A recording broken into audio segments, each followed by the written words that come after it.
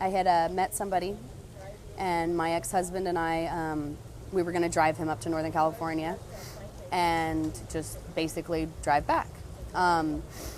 Well, my ex-husband also has a problem with methamphetamine, and the guy that we were with saw it as an in, if you will. So he was just giving it to him. After 6 days of not sleeping, he kind of flipped out a little, my ex-husband, and took my car and left me in Sacramento. You know, with the gentleman and his son, who was my age, and I knew his son, but his son was also a heroin addict, as was he. And we're basically left in this dilemma in Auburn. It's a horrible place. Auburn, California, horrible place. I will never return. And we were like, okay, well, we need, some sort of vehicle to get back down Southern California. And none of us had a credit card, so we decided U-Haul. We'll go U-Haul. Because you can rent a U-Haul without a credit card. So we rented a U-Haul, and we got just a few minutes outside of Auburn, and we were dropping his son off. And I mean, this gentleman was probably a couple years younger than you, but not much. And it was just, I knew right away there was something. It was like, dude, why are we dropping you off? You're supposed to go down with us. What? And he kind of like, his eyes teared up a little, because we had been knowing each other for like 10 years. And he was like, just don't be stupid. You're not a stupid girl. He was like, don't be dumb. And he's all, call me as soon as you can. And I was like, the realization's hitting me. Like, basically, I got no choice in this. And the gentleman was career criminal, basically like 6 foot, built like a refrigerator. And I'm a tough girl, but I don't, And then he had a 38 on top of it, on his side. And he told me not to try anything stupid. And I said, sir, I'm not a stupid girl. I'm not gonna, I'm not gonna risk my life for what? And we started driving. And it was about 2 days driving. 3 days was the last day between Auburn and Turlock, California.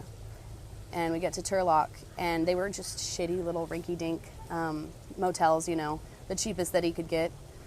And we'd get there, and he'd just post up in front of the door, just sit there, stay up all night. And he was still, I think he was still trying to like have sex with me, but he was trying to be respectful. So he'd try and buy me things. Sure, you can buy me things. Go ahead. If it's going to make you happy, keep it coming. And I was raised with tact. And I was raised with tact. My father taught me tact and common sense. And I knew that his one weakness was that he was using heroin every single day in an IV, in a syringe. I'm sorry, when you wake up and you don't have any heroin after you've been using it IV for 10 years, that's going to be a weakness, and I'm going to take advantage of it. So I was taking a little bit of his every single day, take a little bit. And then the third day, woke up. No, I was just keeping it away from him, taking it away from him.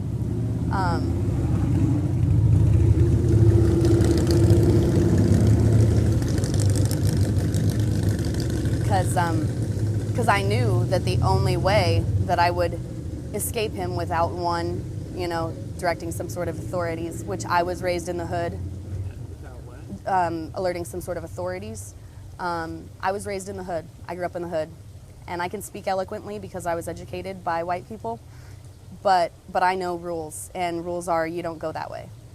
As long as I am not dying, I didn't need, So I was taking it, and the third day I woke up and banging on the door, the manager of the little motel there, and he wakes up from against the door. He had finally fallen asleep, and he just, gets all rustled up, and he goes, just get everything, get in the fucking U-Haul. And he goes in the bathroom. He says, just get everything together and get in the U-Haul. And I was like, all right, and he goes in the bathroom to do his thing, and I knew that it was all gone. And I go outside, and the manager, the first person in 4 days to ask me if I was okay, was an Indian man who didn't speak any English. And he just kind of looked at me, and a Punjabi from India. See, he looks at me, and he just, kind of asked if I was okay. And you hear him yell inside the hotel room, right?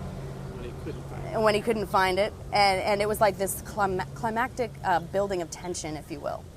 And I was like, I'll be fine, man. I'll be fine. Because I could have done the thing and say, no, I'm not fine. Please call the authorities. I have been kidnapped. No, that's not how it works. I was fine. I was fine. I didn't need to call the police, you know? I knew that I was going to be okay.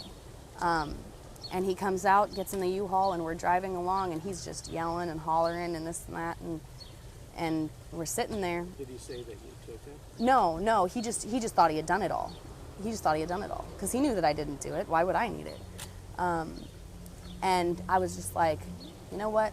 Something just triggered in me, and I was like, you're fucking stupid, dude. We don't even have cigarettes. And I called him stupid, which was, you know, something in his book you do not call him.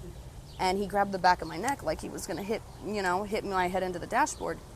And lo and behold, a CHP officer pulls right up next to us, looks over, and I smiled at him, and I looked over at the guy, and I was like, has the upper hand now?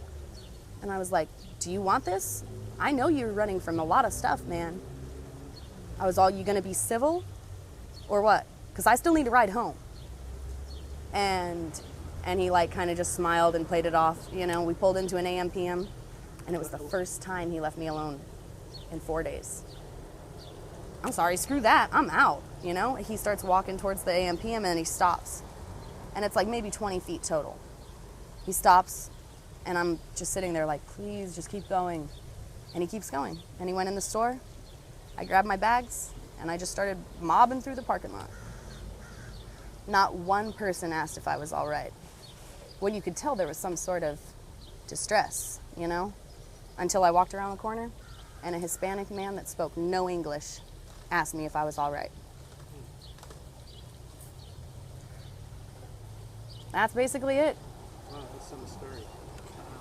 But it's interesting how you didn't ask for help in a way when you could have, because you wanted to give him a chance.